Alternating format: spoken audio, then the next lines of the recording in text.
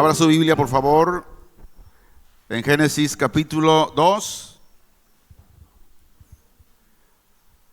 versículos 18 al versículo 25. Daremos lectura en esta mañana y vamos a pedir al Señor en esta hora que esté derramando de su gracia, de su misericordia, y que su gracia nos dé las fuerzas, nos dé el poder cada día. Padre, te damos el honor, te damos la honra, te damos la gloria como el Dios santo y sublime que eres. Estamos en tus manos y solamente deseamos, Señor, hacer tu voluntad. Pero también, Señor, creemos y sabemos que en el hacer tu voluntad vendrán pruebas, vendrán angustias, vendrán todas aquellas cosas que nos van a ayudar a fortalecer cada día, a seguir dependiendo de ti. Hoy yo ruego en el nombre de Cristo, Señor, que la gracia poderosa de tu Santo Espíritu esté levantando, Señor, nuestra fe, y cada día podamos honrarte, Señor. Hoy yo te pido en el nombre de Cristo que el Espíritu Santo, Señor, nos ayude a entender, a comprender el consejo, el mensaje que hoy en esta mañana, Señor, tú nos traes por medio, Señor, de tu siervo. En el nombre de Cristo yo te ruego por aquellos que nos están mirando, Señor, a través de esta transmisión. Bendícelos en el nombre de Cristo, Señor. Amén. No sé si usted ha estado viendo las noticias que sucede a nivel mundial. Y lo que más preocupa en lo personal es de la delincuencia, de la situación en la cual se está viviendo, no solamente en nuestra nación, sino en todas las naciones. Organizaciones como la ONU y otras organizaciones independientes de ella están trabajando, haciendo todo lo que es posible o sea posible hacer para disminuir esta situación en la cual hay guerras, delincuencias, inseguridad. Porque en base a todo lo malo que se practica, le acompaña lo demás, que es la pobreza, porque la guerra, ¿qué es lo que provoca? Pobreza, muertes y muchas cosas. Pero algo que cuando yo escuchaba a estos especialistas en la materia de la seguridad a nivel mundial, lo que el Espíritu Santo me llevaba a la palabra y me recordaba de la importancia de hablar del matrimonio. ¿Por qué razón? Un ejemplo. Solamente nuestra nación, aquí en México, nuestro gobierno está haciendo todo lo posible, lo que está en sus manos, en su poder hacer para prevenir la delincuencia, para prevenir todo aquello que estamos viviendo, estamos pasando.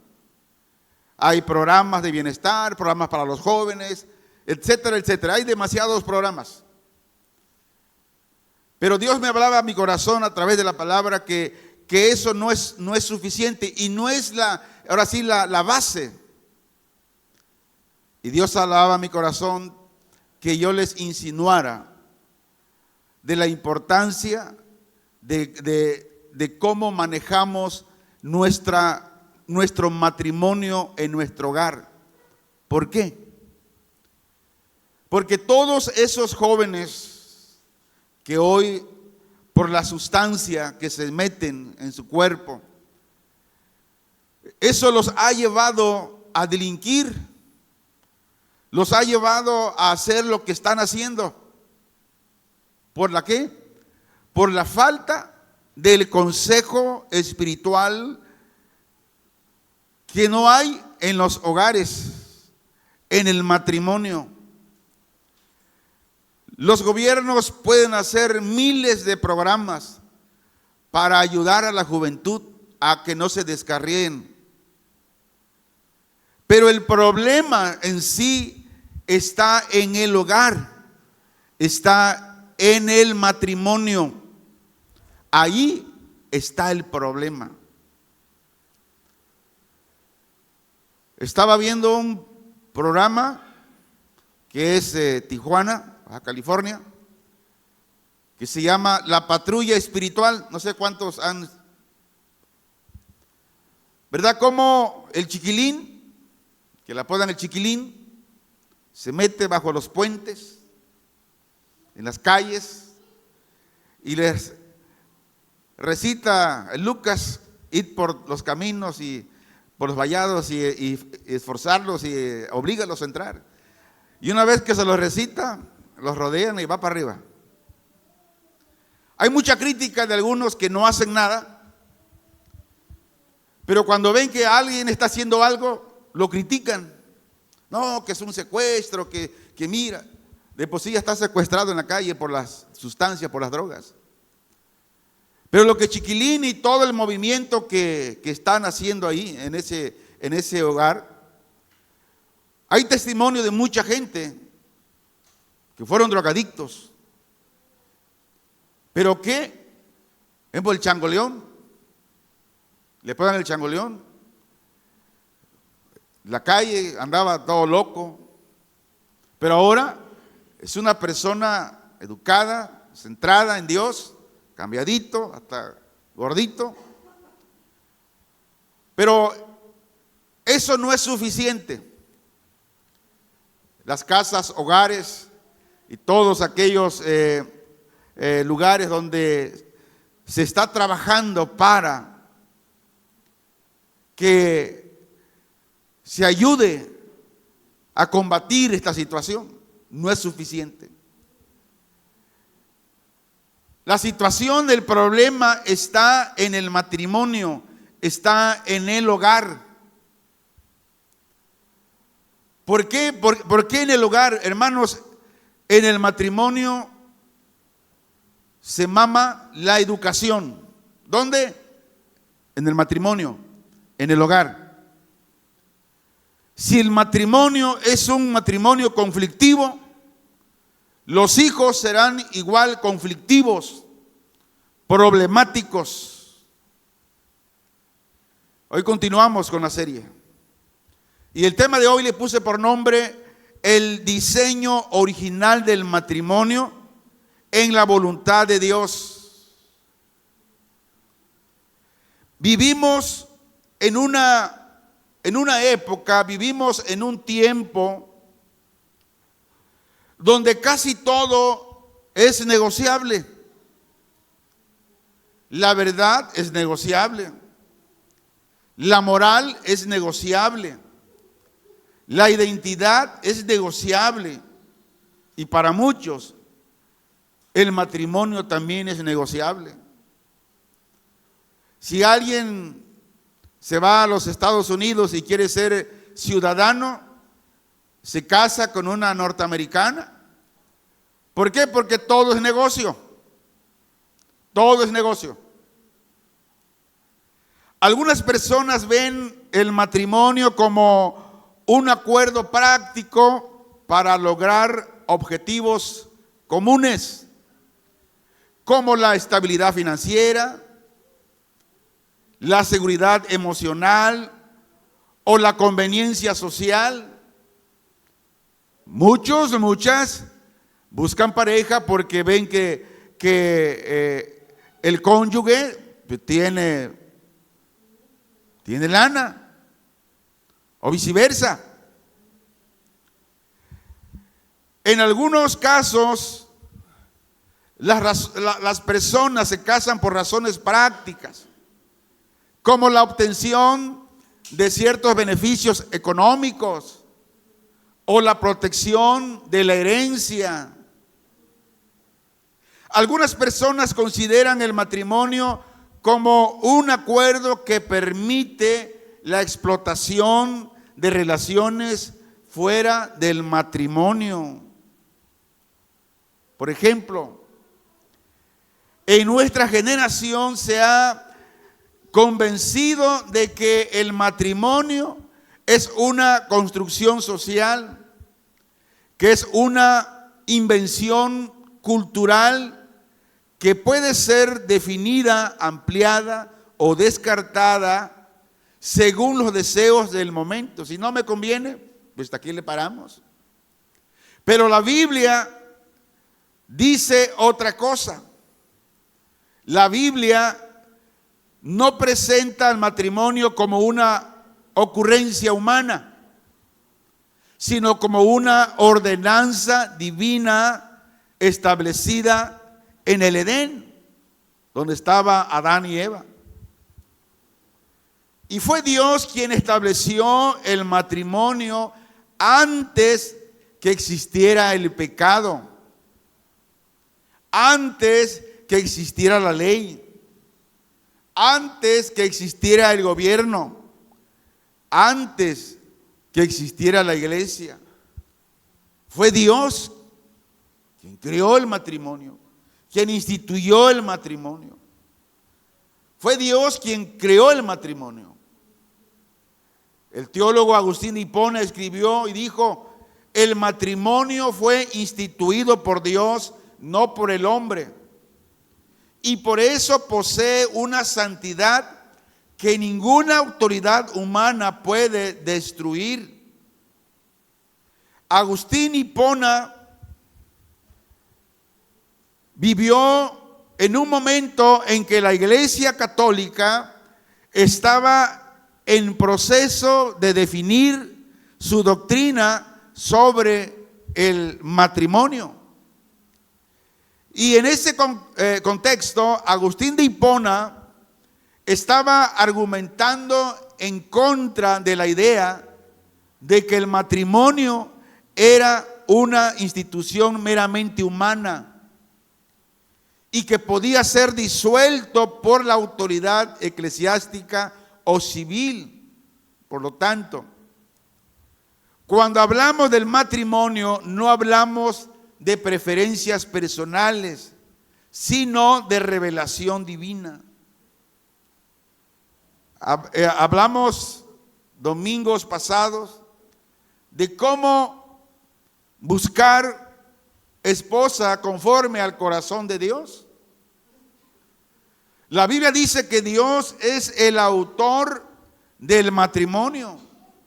Veamos los versículos 21-22. Dice: entonces el Señor Dios hizo que el hombre durmiera profundamente, y mientras dormía le quitó una parte de su costado y rellenó esa parte con carne. Después de esa parte de su costado, el Señor Dios hizo una mujer y se la llevó al hombre. Le estoy leyendo una versión, palabra de Dios para todos. Ahora, para comprobar que el matrimonio es establecido por Dios, vamos a darle lectura a Génesis 2:18. Dice: después el Señor Dios dijo: no es bueno que el hombre esté solo, haré una ayuda idónea para él. Entonces el Señor Dios formó de la tierra de todos los animales salvajes y todas las aves del cielo, los puso frente al hombre para ver cómo los llamaría. Y el hombre escogió un nombre para cada uno de ellos. Puso nombre a todos los animales domésticos, a todas las aves del cielo y a todos los animales salvajes, pero aún no había una ayuda idónea para él. Entonces el Señor Dios hizo que el hombre cayera en un profundo sueño. Mientras el hombre dormía, el Señor Dios le sacó una de sus costillas y cerró la abertura. Entonces el Señor Dios hizo de la costilla a una mujer y la presentó. ¿A quién? Al hombre. Al fin, exclamó el hombre, esta es hueso de mis huesos y carne de mi carne. ella será llamada mujer porque fue tomada del varón. Esto explica por qué el hombre deja a su padre y a su madre y se une a su esposa y los dos se convierten en uno solo. El 25 dice: ahora bien, el hombre y su esposa estaban desnudos, pero no sentían vergüenza. ¿Por qué no sentían vergüenza? Porque el pecado aún no existía. Y cuando el pecado aún no existe en la persona, es inocente. Un niño como Melquisedec, él lo podemos dejar sin pañales y él anda aquí caminando. ¿Por qué? Porque en él no hay pecado. Él es inocente. Para él no hay nada malo. Muy bien. El matrimonio nace en la mente de Dios. No nació en una necesidad psicológica del hombre. Dios dijo: no es bueno que el hombre esté solo. Esto significa que no significa que Adán estuviera incompleto como persona, sino que estaba incompleto en relación. El hombre que no está llamado para ser eunuco, que eso lo vamos a hablar en la última, y vamos a explicar qué es un eunuco, por qué se hicieron eunuco y por qué razón. Pero dice el Señor que el hombre que nació, pero no para ser eunuco, no debe estar solo. Debe tener su complemento de relación, de compañía. Y esto nos revela que el hombre es relacional, porque fue creado a imagen de un Dios trino. Es decir, la comunión es parte del diseño de Dios. El hombre debe tener una relación con alguien, una compañía. Si es que no es eunuco, no se pierda el final. Juan Crisóstomo afirmó diciendo: Dios no creó a la mujer de la tierra como al hombre, sino del costado, para mostrar que no debía gobernarlo, sino estar a su lado. Juan Crisóstomo estaba rechazando la idea de que la mujer debe ser sometida o dominada por el hombre, y en su lugar enfatizaba la importancia de la igualdad, el respeto mutuo en la relación como pareja. ¿Por qué razón, hermanos? Mire, desde que mis hijas estaban muy pequeñas, eran niñas, yo siempre me esforcé de darle un ejemplo vívido de cómo amar a mi esposa. Si íbamos a un restaurante, comedor, siempre la sentaba, le abría las puertas del carro. ¿Por qué razón? Porque eso le enseñas a tu hija, a tu hijo, de que la hija debe buscar un esposo igual, que la cuide, que la ame, que la proteja. ¿Por qué? Porque los hijos ven la acción de nosotros como padres. Por eso yo no estoy de acuerdo con aquellos padres que dicen: pues si fracasas, pues ya fracasas, no era la primera ni la última. No, espérese, no es por ahí. Porque por eso se toma un patrón de vida. Pues mi mamá dice que no hay ningún problema. Pues igual el hombre pasa con diferentes muchachas y no se casa con ninguna. Y la muchacha igual, pues no era la última, ni la primera ni la última. A la gente nunca le vamos a dar gusto. No, esa es una gran razón. Pero en nuestro hogar ese lenguaje no debe de existir. ¿Por qué? Porque al hacer eso, ¿qué estamos haciendo? Una maldición, o más bien un patrón de vida, porque las maldiciones no se heredan, sino que se toman patrones, ejemplos de vida. Por eso Juan Crisóstomo dijo, y él estaba rechazando la idea de que la mujer sea sometida, que sea dominada por el hombre, sino dijo de la importancia de la igualdad y el respeto de la relación entre los cónyuges. Por eso, mire, cuando no hay respeto en el matrimonio, cuando no hay respeto en el hogar, es donde los hijos empiezan a mirar y a tomar ese patrón de vida. Pues mi papá pues anda con otras, y el hijo toma el mismo patrón. No, pues es que la mamá, la hija toma el mismo patrón.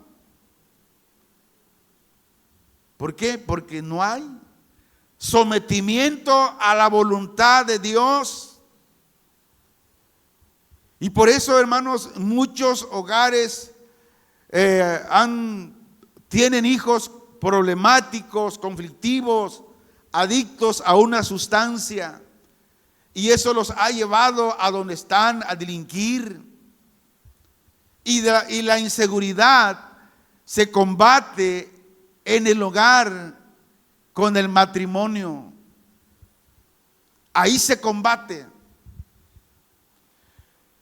Vemos aquí que es Dios quien forma la mujer y luego la trae al hombre y luego establece una unión. Aunque Adán no busca esposa, Dios, mire, Dios no le pide opinión. Adán no andaba buscando esposa, pero Dios sabía que era importante que Adán tuviera una compañera. Y fue cuando Dios hizo dormir a Adán en un sueño profundo, que una vez dormido abrió la costilla y de ahí hizo a la mujer. Dios actúa soberanamente. Mientras muchas veces nosotros buscamos esposa, en el principio no fue así, sino que Dios vio que era necesario que Adán tuviera una compañera para vivir juntos, haciendo la voluntad de Dios. El principio es que lo que Dios establece, el hombre no tiene autoridad para redefinir o definir.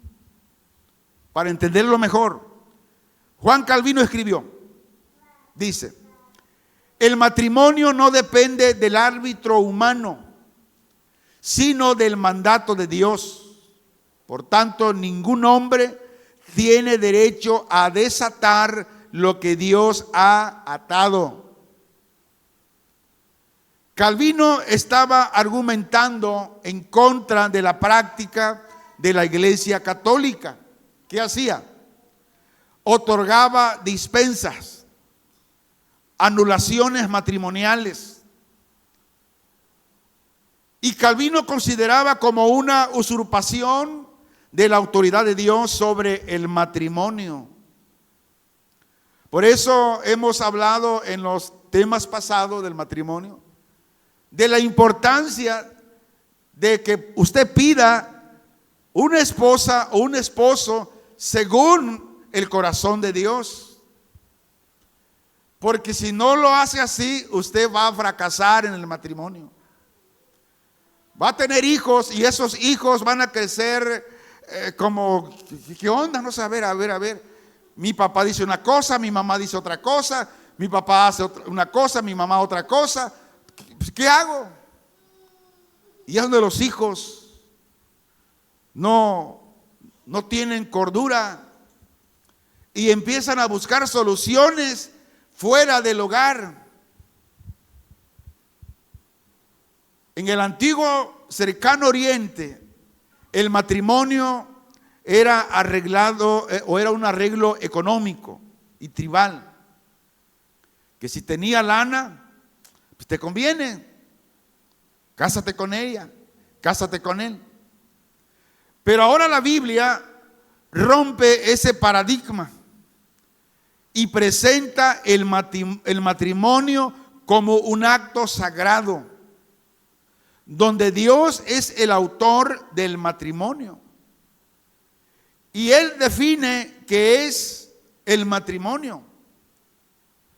Dios define quiénes participan, hombre y mujer. No es como hoy.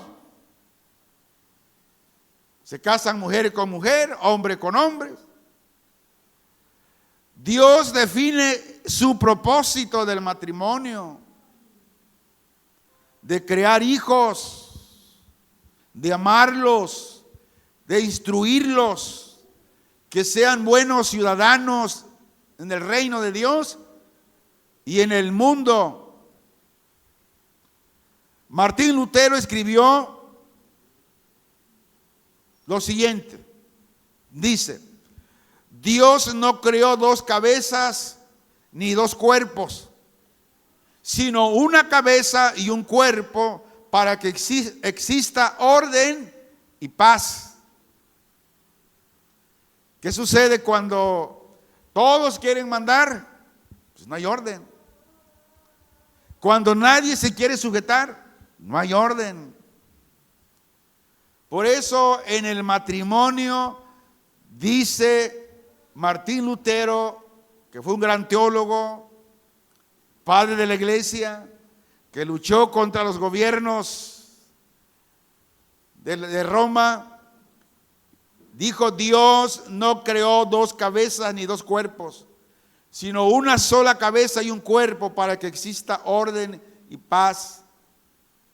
Por eso en el matrimonio, cuando el matrimonio no es un matrimonio estable, no es un matrimonio santo, seguro, pues va a haber muchas cabezas, o tal vez no hay ninguna, donde todos quieren hacer su voluntad, y ahí es donde salen los hijos mal instruidos, sin respeto a los padres, sin respeto al prójimo, respeto a nadie.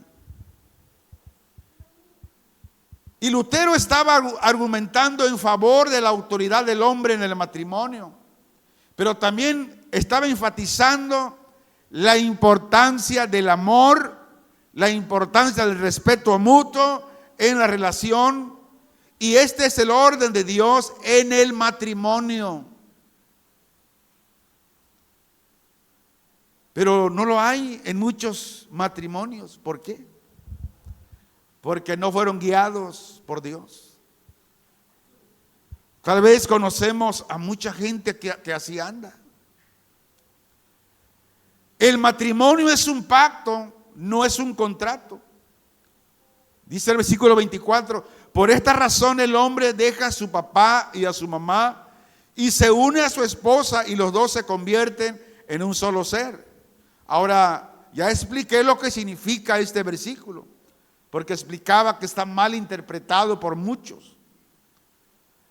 Y este es un lenguaje de pacto. ¿Por qué? Los contratos se rompen cuando dejan de convenir, pero los pactos se sostienen en cuando duelen. Miren, por ejemplo, ¿no? Voy a hablar de fútbol. Los directores técnicos los contratan los equipos porque tienen ¿cómo se llama? Una solución a la mala racha que tal equipo está pasando. Pero cuando el técnico que contrataron no está dando los resultados que ellos los dueños del equipo esperaban.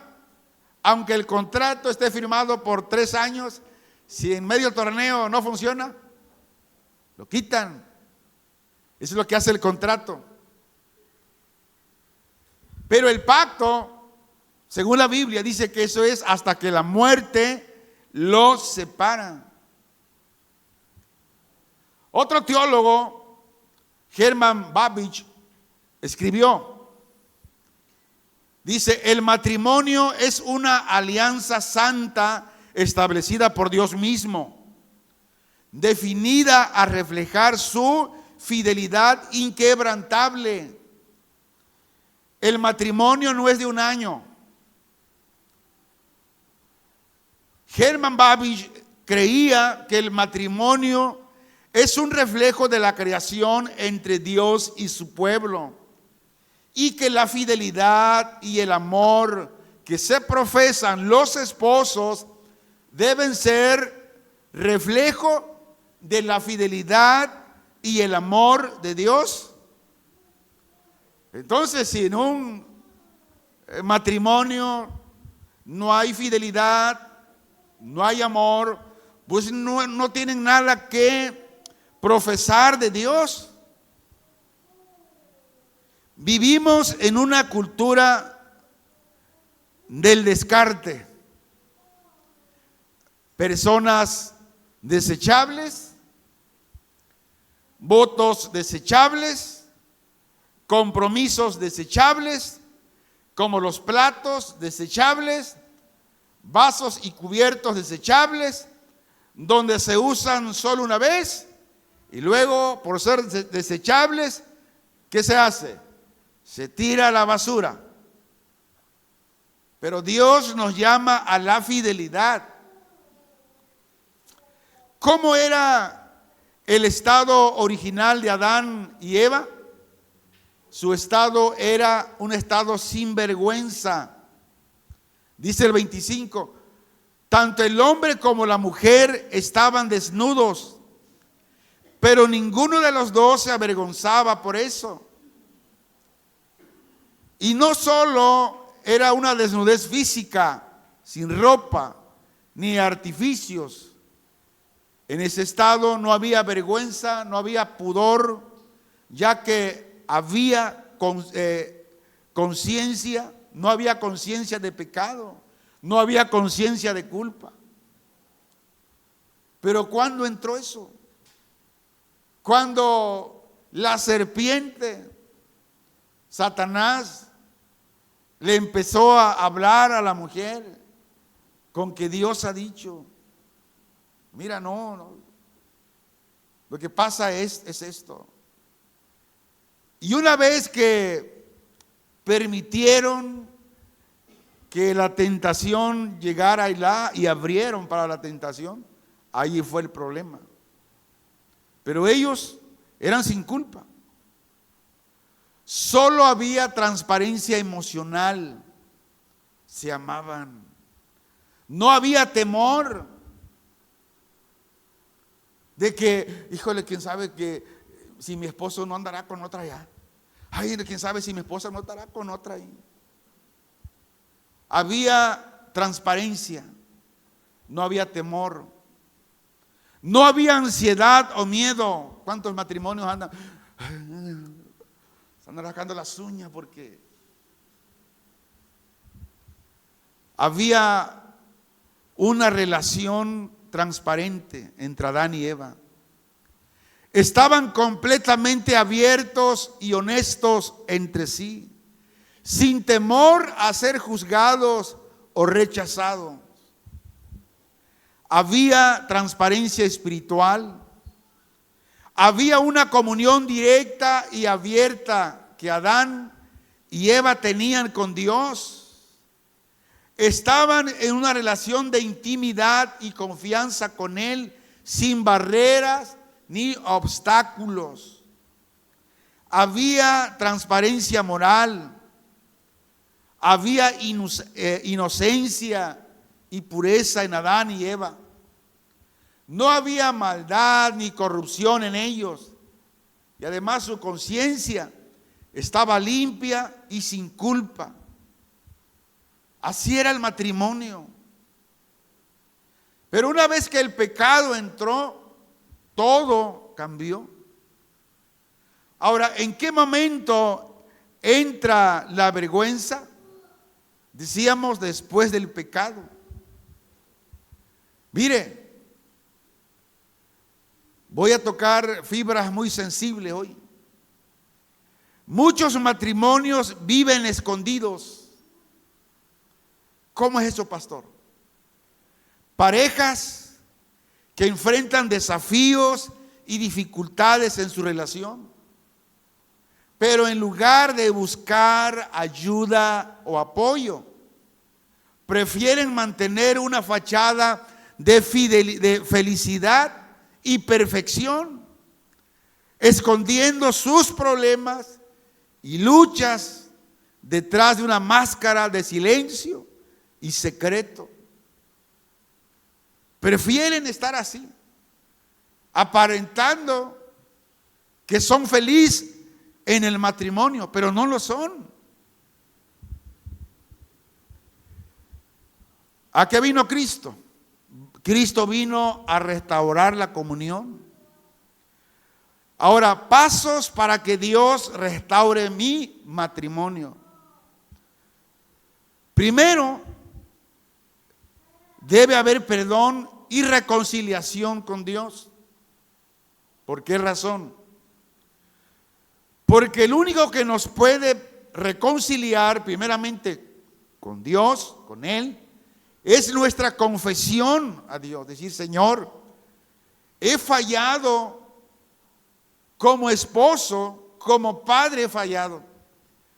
Y te he fallado a ti como hijo, porque no he hecho lo que es correcto de lo que tú me has mandado a hacer concerniente al cuidado de mi pareja, de mi hogar. Debe haber perdón y reconciliación con Dios. Y cuando eso sucede, Cristo nos perdona nuestros pecados y luego nos reconcilia con Dios. Cristo nos da ahora una nueva identidad como hijos de Dios. Si la relación estaba rota, ahora se restaura. Y Cristo nos da un propósito y un significado en la vida, en el matrimonio. Cristo nos transforma para que seamos como Él. Segundo, cuando Cristo restaura la vida de alguien, en ese momento restaura su matrimonio. Algunos piden, Señor, restaura mi matrimonio. No, esa debe ser al revés. Primero debe ser restaurada la vida de los cónyuges. Y en ese momento que la vida del cónyuge, los cónyuges es restaurada, automáticamente se restaura el matrimonio. Cuando una persona se acerca a Cristo, su relación con Dios se restaura completamente. Lo que a su vez puede mejorar ahora su relación con su pareja, con sus hijos. Lo voy a explicar de otra manera.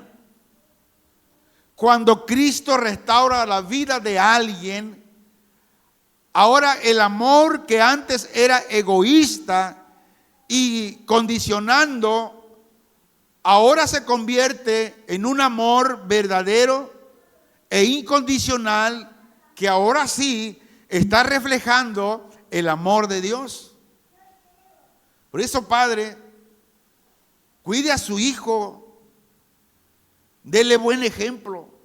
Dile, mira, el esposo que yo escogí no quiere nada de Dios y cómo anda metiéndose sustancias. Mira cómo anda. ¿Tú quieres terminar así?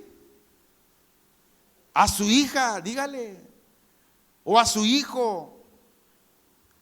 Ahora la comunión, cuando alguien corre a Dios y pide perdón, mejora significativamente, permitiendo a los cónyuges ahora expresarse de manera efectiva y respetuosa, sin temor a ser juzgados o criticados. ¿Por qué? Porque ahora el perdón y la reconciliación se convierte en una parte integral del matrimonio, permitiendo a los cónyuges superar los errores y las heridas del pasado.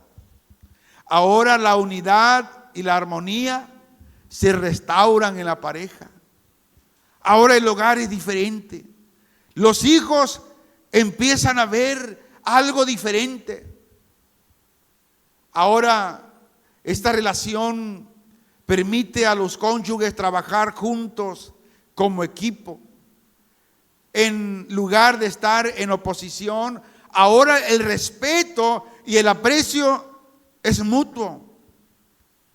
Se renuevan, permitiendo a los cónyuges a valorar y apreciar las fuerzas y debilidades de cada uno.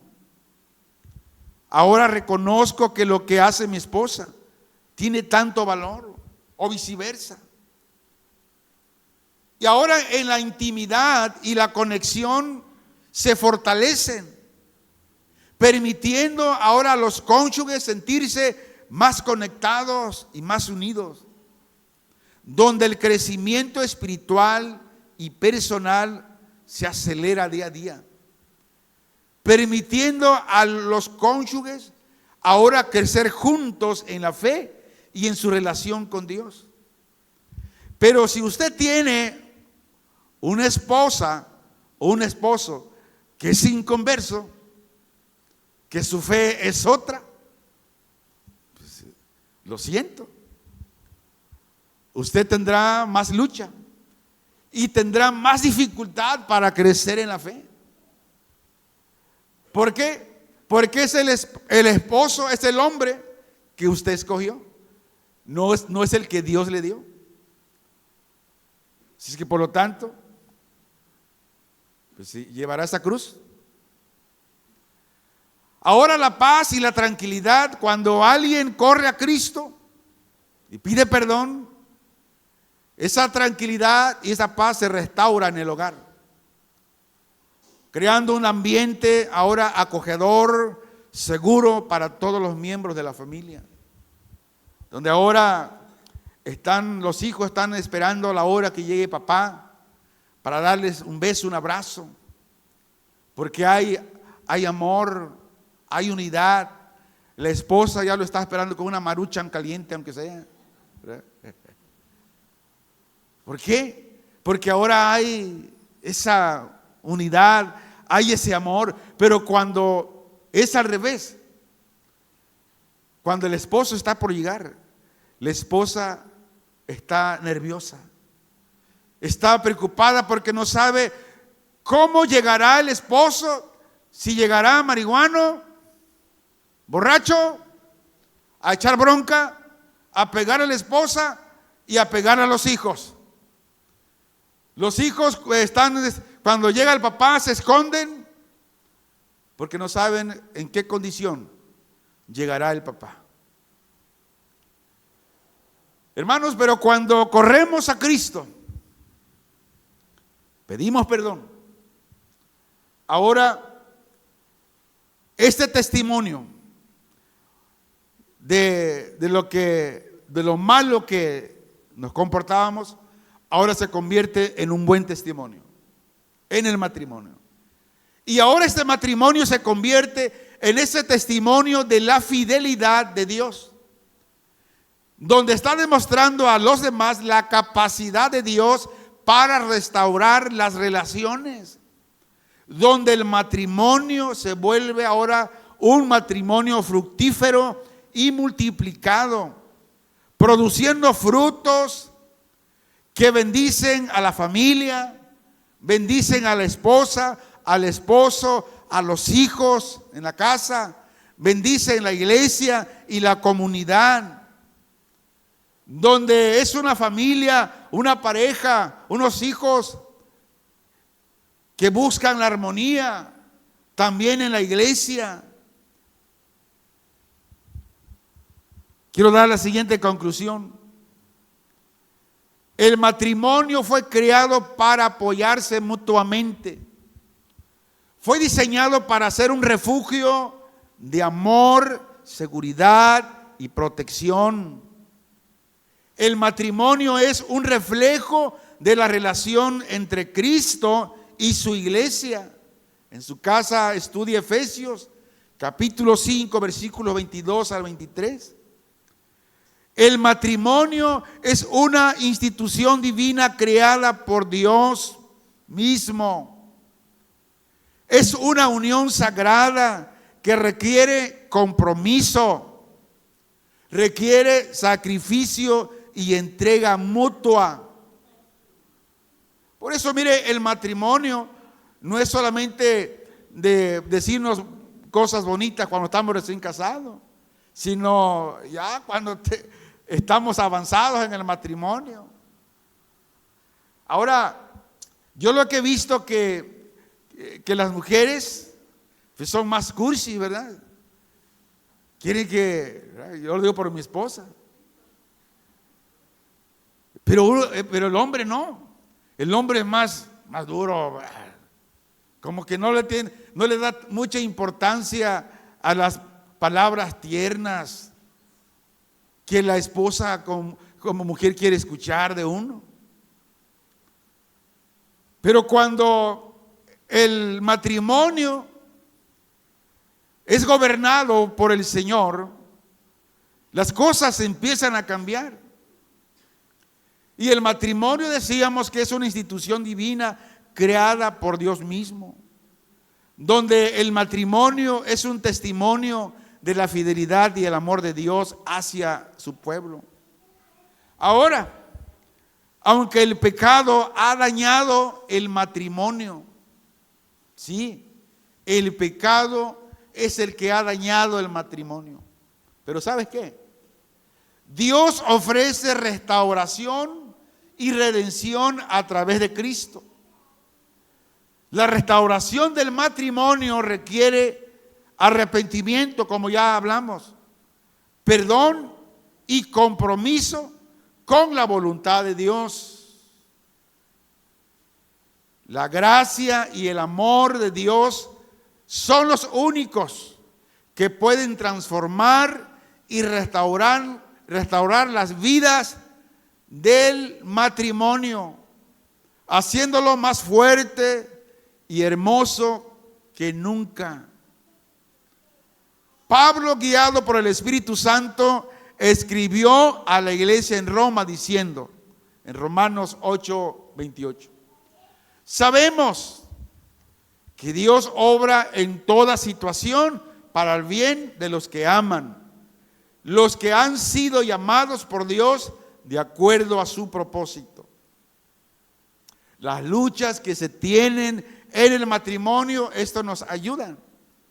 Pero por eso es importante, el que no se ha casado, la que no se ha casada, es importante lo siguiente. No busque esposo, esposa usted. Dígale al Señor que se lo dé, que se la dé. No escoja a usted, que escoja el Señor por usted. No se fije en la apariencia, en lo físico. Eso se termina por la edad, por una enfermedad que llegue. Se acaba la belleza.